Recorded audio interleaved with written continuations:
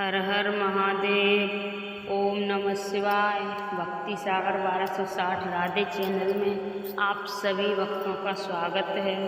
श्रावण मास के 22वां अध्याय का महत्व। ईश्वर बोले, हे मुनि श्रेष्ठ, श्रावण मास में कृष्ण पक्ष की चतुर्थी तिथि के दिन सभी वांछित फल प्रदान करने वाला संकष्ट हरण नामक व्रत करना चाहिए। सनत कुमार बोले, किस विधि से ये व्रत किया जाता है? इस व्रत में क्या करना चाहिए? किस देवता का पूजन करना चाहिए और इसका उद्यापन कब करना चाहिए? उसके विषय में मुझे विस्तार पूर्वक बताइए। ईश्वर बोले, चतुर्थी के दिन प्राय उठकर दंत धावन करके इस संकष्ट हरण नामक शुभ व्रत को करने के लिए ये संकल्प ग्रहण करना चाहिए। हे देवेश, आज मैं चंद्रमा के उदय होने तक निराहार रहूँगा और रात्रि में आपकी पूजा करके भोजन करूँगा। संकष्ट से मेरा उद्धार कीजिए। हे ब्रह्मपुत्र, इस प्रकार संकल्प करके शुभ काले तिल से युक्त जल से स्नान करके समस्त अग्नि कृत्य संपन्न करने के लिए गणपति की पूजा करनी चाहिए।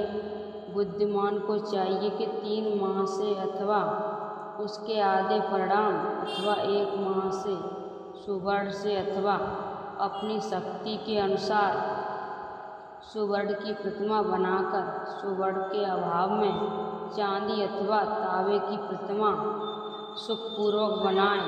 यदि निर्धन हो तो वह मिट्टी की शुभ प्रतिमा बना ले, किंतु इसमें वित्त साढ़ ना करे, क्योंकि ऐसा करने पर कार्य नष्ट हो जाता है। रंभ अष्टदल कमल पर जल से पूर्ण तथा वस्त्रयुक्त कलश स्थापित करे और उसके ऊपर पूर्ण पात्र रखकर उसमें वैदिक तथा तांत्रिक मंत्रों द्वारा 16 उपचारों से देवताओं की पूजा करें।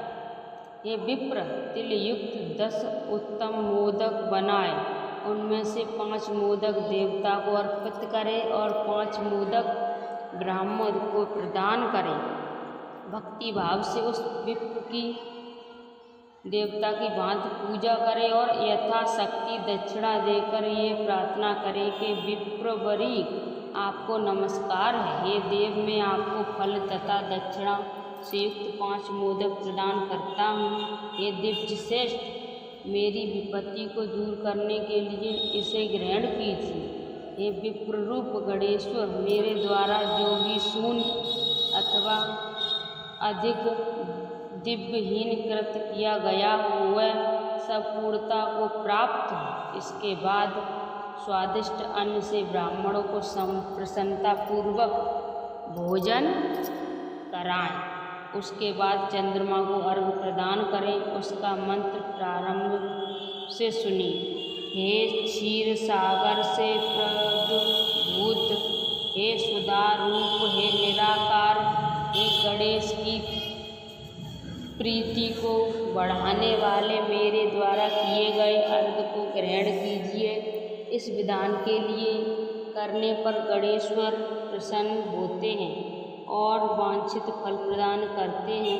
अतः इस व्रत को अवश्य करना चाहिए। इस व्रत का अनुष्ठान करने से विद्यार्थी विद्या प्राप्त करता है, धन चाहने वाला धन पा जाता है, पुत्र की अभिलाषा रखने वाला पुत्र प्राप्त करता है, मोक्ष चाहने वाला उत्तम गति प्राप्त करता है, कार्य की सिद्धि करने वाले को कार्य सिद्ध हो जाता है और रोगी रोग से मुक्त हो जाता है। विपत्तियों में पड़े हुए व्याकुल चित्त वाले, चिंता से ग्रस्त मन वाले तथा जिन्हें अपने स्वजनों को वियोग हो गया, उन मनुष्यों का दुख दूर हो जाता है। ये व्रत मनुष्यों के सभी कष्टों का निवारण करने वाला, उन्हें सभी अभीष्ट फल प्रदान करने वाला, पुत्र पौत्र आदि देने वाला तथा सभी प्रकार की संपत्ति प्रदान करने वाला है। ओम नमो हैरंबाय मदमोदिताय संकष्ट निवारणाय स्वाहा को बोलना चाहिए। बुद्धिमान व्यक्ति को चाहिए कि इंद्र आदि लोकपालों की सभी दिशाओं में पूजा करें। अब मैं मोदकों की दूसरी विधि आपको बताता हूँ। पके हुए मूंग तथा तिलों से युक्त घी में पकाए गए तथा गरी के छोटे छोटे टुकड़ों से मिश्रित मोदक गणेश जी का अर्पित करें। उसके बाद दूर्वा के अंकुर लेकर इन नाम पदों से पृथक पृथक गणेश जी की पूजा करें। उन नामों को मुझसे सुनिए। हे गणाधि, हे उमापुत्र, हे अग्नासन, हे एकदंत, हे भक्त, हे मूषक वाहन, हे विनाशक, हे ईश्वर पुत्र, हे सर्वसिद्धि प्रदायक, हे विघ्नराज, हे स्कंदरोह, हे सर्व संकष्ट नाशन, हे लंबोदर, हे गणाध्यक्ष, हे गोयागमल संभव, हे धूमकेतु, हे भालचंद्र, हे सिंदूरासुरमर्दन, हे विद्या विनिधान, हे विकृत, हे सूर्णकर्ण, आपको नमस्कार है। इस प्रकार इन 21 नामों से गणेश जी की पूजा करें।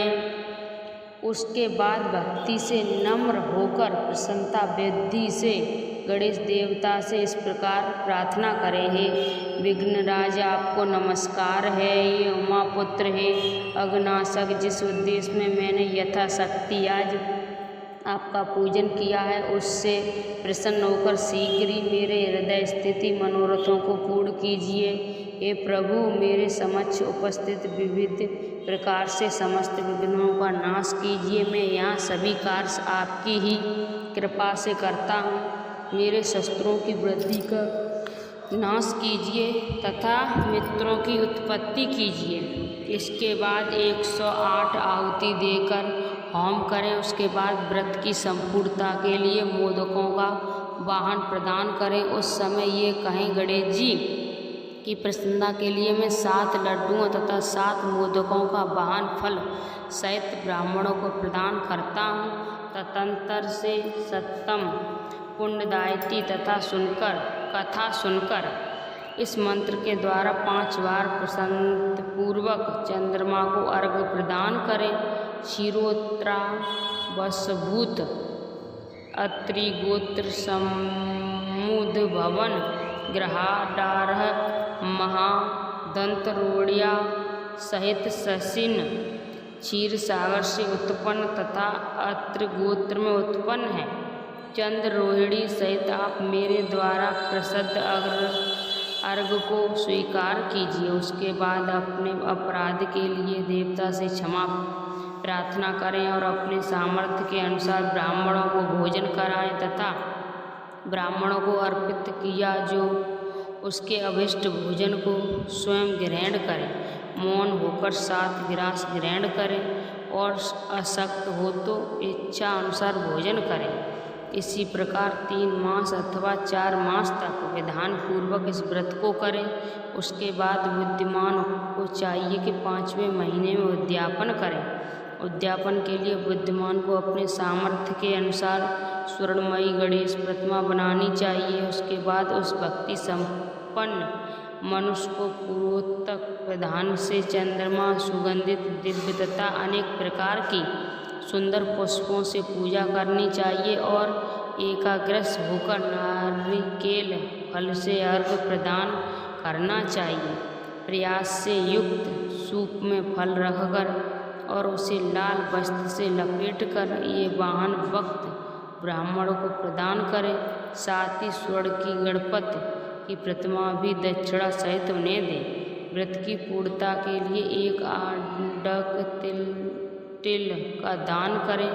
उसके बाद विघ्ने प्रसन्न हों ऐसा कहकर देवताओं से क्षमा प्रार्थना करें। इस प्रकार उद्यापन करने से अश्वमेध यज्ञ का फल प्राप्त होता है और मनोवांछित सभी कार्य सिद्ध हो जाते हैं। ये सप्तम पूर्व कल्प में स्कंद कुमार के चले जाने पर पार्वती ने मेरी आज्ञा से 4 महीने तक इस व्रत को किया था। तब 5वें महीने में पार्वती ने कार्तिकेय को प्राप्त किया था।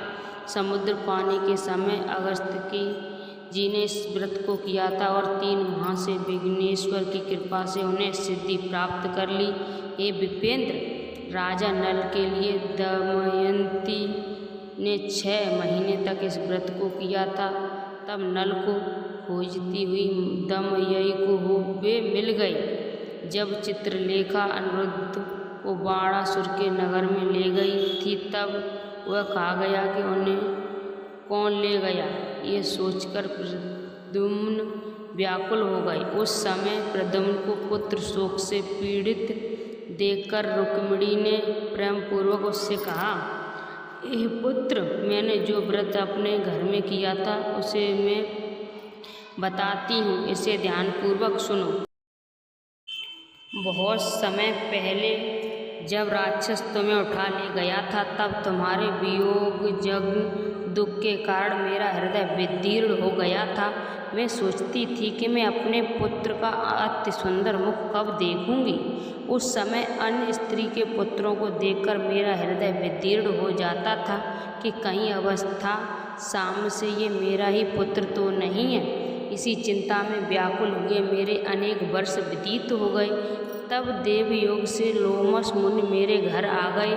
उन्होंने सभी चिंताओं को दूर करने वाला संकष्टी चतुर्थी का व्रत मुझे विधान पूर्वक बताया और मैंने 4 महीने तक इसे किया। उसी के प्रभाव से तुम शंबरासुर को युद्ध में मार कर आ गए थे। अंत हे पुत्र, इस व्रत की विधि जानकर तुम भी इसे करो, इससे तुम्हें अपने पुत्र का पता चल जाएगा। हे विप्र, प्रद्युम्न ने ये व्रत करके गणेश जी को प्रसन्न किया। तब नारद जी ने उन्होंने सुना कि अनिरुद्ध बाणासुर के नगर में है। इसके बाद बाणासुर ने नगर में जाकर उससे अत्यंत भीषण युद्ध करके और संग्राम में शिव सहित बाणासुर को जीतकर पुत्र वधु सहित अनिरुद्ध को प्रद्युम्न घर लाए थे। हे मुनि, इसी प्रकार अन्य देवता तथा असुर ने भी विघ्ने की प्रसन्नता के लिए ये व्रत किया था।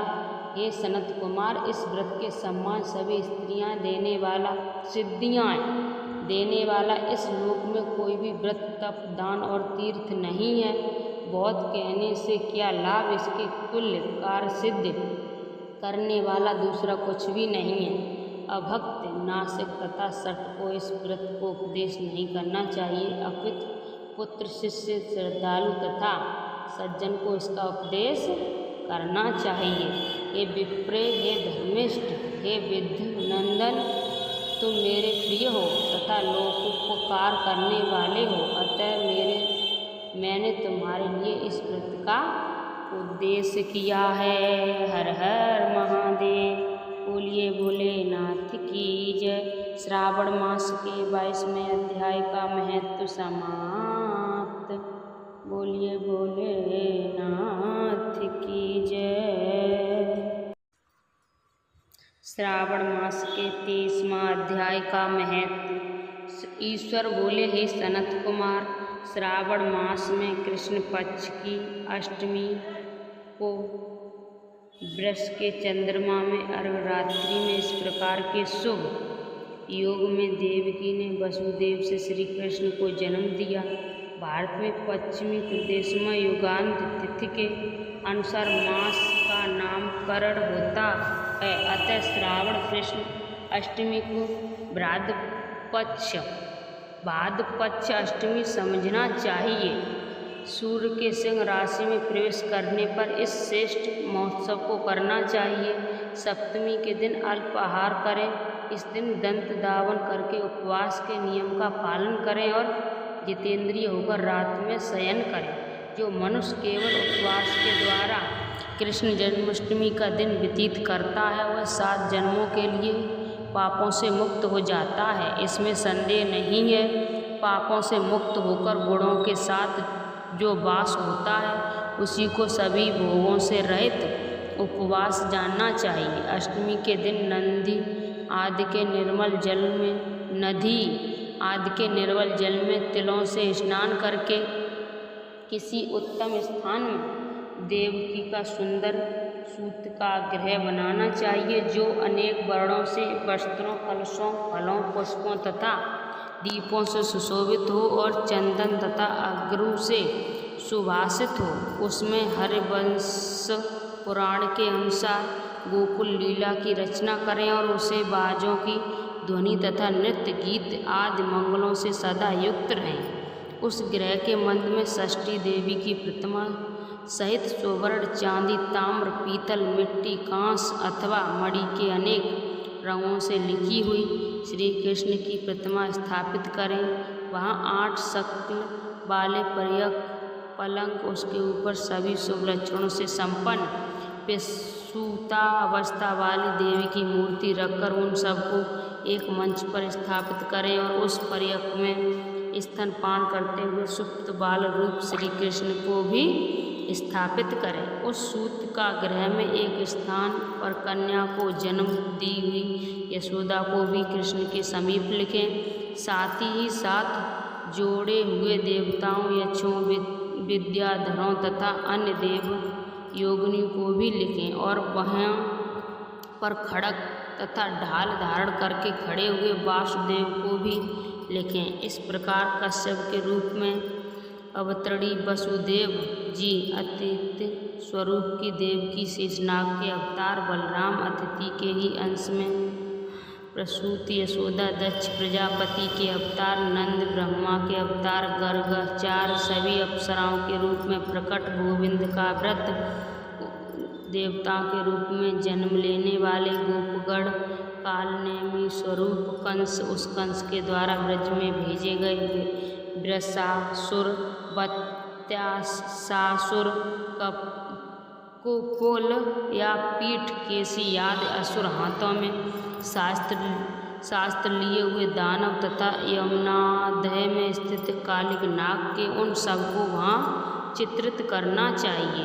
इस प्रकार पहले इन्हें बनाकर श्री कृष्ण ने जो कुछ भी लीला की हैं उन्हें भी अंकित करके भक्ति परायण होकर प्रसन्न पूर्वक 16 उपचारों से देव की इस मंत्र के द्वारा उनकी पूजा करनी चाहिए। वेद तथा वीणा से ध्वनि के द्वारा गान करते हुए प्रधान किन्नरों से निरंतर जिनकी स्तुति की जाती है, हाथों में भृंगार, दर्पण, दुर्वा, दधि, कलश लिए हुए किन्नर जिनकी सेवा कर रहे हैं, जो सैया के ऊपर सुंदर आसन पर भली भांति विराजमान हैं, जो अत्यंत प्रसन्न मुखमंडल वाली तथा पुत्र से शोभायमान, वे देवताओं की माता तथा विजय सुता देवी देवता अपने पति वासुदेव सहित सुशोभित हो रही हैं। उसके बाद विधि जानने वाले मनुष्य को चाहिए कि आदि में प्रणव तथा अंत में नम से युक्त करके अलग अलग सभी के नामों का उच्चारण करके सभी पापों से मुक्ति के लिए देवकी, वासुदेव, बलदेव, नंद तथा यशोदा की पृथक पृथक पूजा करनी चाहिए। उसके बाद चंद्रमा के उदय होने पर श्री हरि को स्मरण करते हुए चंद्रमा को अर्घ प्रदान करें। इस प्रकार करना चाहिए कि क्षीर सागर से अग्निहोत्र में उत्पन्न आपको नमस्कार है। हे रोहिणीकांत, मेरे इस अर्घ को आप स्वीकार कीजिए।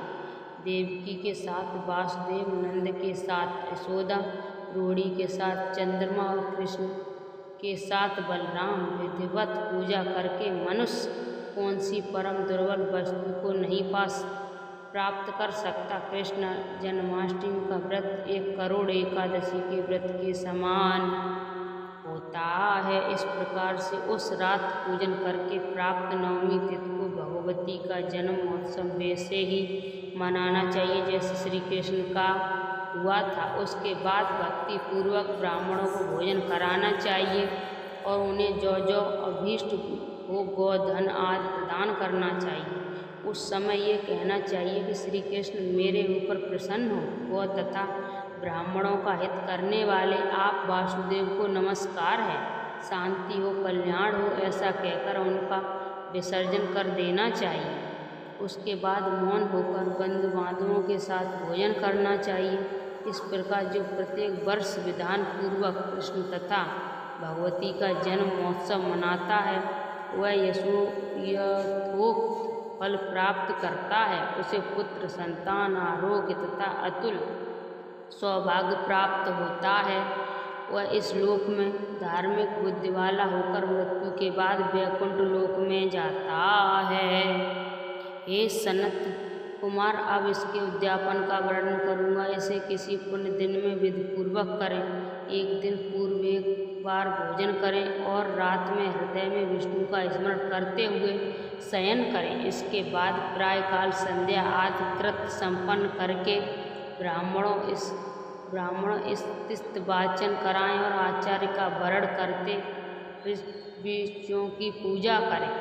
इसके बाद वित्त शास्त्र में रहित होकर एक फल अथवा उसके आधे अथवा और उसके भी आधे फल स्वर्ण की प्रतिमा बनवानी चाहिए और इसके बाद रचित मंडप के भीतर ब्रह्मा आदि देवताओं की स्थापना करें। इसके बाद वहाँ तांबे अथवा मिट्टी का एक घड़ स्थापित करें और उसके ऊपर चांदी का बांस का एक पात्र रखें। उसमें गोविंद की प्रतिमा रखकर वस्त्र में आच्छादित करके व्यक्ति 16 उपचारों से वैदिक तथा तांत्रिक मंत्रों के द्वारा विधिवत पूजन करें। इसके बाद शंख में पुष्प, फल, चंदन तथा नारियल फल सहित शुद्ध जल लेकर पृथ्वी पर घुटने टेक कर ये कहते हुए देवकी सहित भगवान श्री कृष्ण को अर्घ्य प्रदान करें। कंस के वध के लिए, पृथ्वी का भार उतारने के लिए, कौरवों के विनाश के लिए तथा दैत्यों के संहार के लिए आपने अवतार लिया है। हे हरे, मेरे द्वारा प्रदत्त इस अर्घ्य को आप देवकी सहित ग्रहण करें। इसके बाद बुद्धिमान को चाहिए कि चंद्रमा को पूर्वतः विधि से अर्घ्य प्रदान करें। पुनः भगवान से प्रार्थना करें कि हे जगन्नाथ, हे देवकी पुत्र, हे प्रभु, हे वसुदेव पुत्र, हे अनंत, आपको नमस्कार है। अब सागर में मेरी रक्षा कीजिए। इस प्रकार देवेश्वर से प्रार्थना करके रात्रि में जागरण करना चाहिए। पुनः प्राप्त काल शुद्ध जल में स्नान करके जनार्दन का पूजन खीर, तिल और घृत से मूल मंत्र के द्वारा भक्तिपूर्वक 108 आहुति देकर पुरुष युक्त से हवन करें और पुनः इस विष्णुवी चक्र में इस मंत्र से केवल घृत घी की आहुति देनी चाहिए। पुनः पूर्णाहुति देकर तथा होम से संपन्न करके अनंतर आभूषण तथा वस्त्र आदि से आचार्य की पूजा करनी चाहिए। उसके बाद व्रत में संपूर्णता के लिए दूध देने वाली, सरल स्वभाव वाली, बछड़े से युक्त, उत्तम लक्षणों से संपन्न, सोने की सींग, चांदी की सुर, कांस्य की दोहनी, मोती की पूंछ, ताम्र की पीठ तथा सोने के घड़े में अलंकृत की हुई एक कपिला गौ को वस्त्र से आच्छादित करके दक्षिणा सहित दान करना चाहिए। इसके प्रकार करने से व्रत संपूर्णता को प्राप्त होता है। कपिला गौ के अभाव में अन्न गौ भी दी जा सकती है। इसके बाद ऋषियों से यथायोग्य दक्षिणा प्रदान करें। उसके बाद 8 ब्राह्मणों को भोजन कराएं और उन्हें भी दक्षिणा से पुनः सावधान होकर जल से परिपूर्ण कलश ब्राह्मणों को प्रदान करें और उनसे आज्ञा लेकर अपने बंधुओं के साथ भोजन करें। हे ब्रह्मपुत्र, इस प्रकार व्रत का उद्यापन कृत करने पर वह बुद्धिमान मनुष्य उसी क्षण पाप रहित हो जाता है और पुत्र पुत्र से युक्त तथा धन धान से संपन्न होकर बहुत समय तक सुखों का उपभोग कर अंत में वैकुंठ प्राप्त करता है। बोली कृष्ण कन्हैया की जय, भोलेनाथ की जय। आप सभी भक्तों को मैंने श्रावण मास के 22वां अध्याय और 23वां अध्याय सुनाया। उसमें मैंने कोई गलत शब्द बोला हो तो आप सभी भक्त मुझे माफ़ करना। इस वीडियो को ज़्यादा से ज़्यादा शेयर करना, लाइक शेयर सब्सक्राइब जरूर करना, कमेंट में जय श्रीमन नारायण हर हर महादेव जरूर लिखना। आप सभी भक्तों की हर मनोकामना भोले बाबा अवश्य पूरी करेंगे। ओम नमः शिवाय।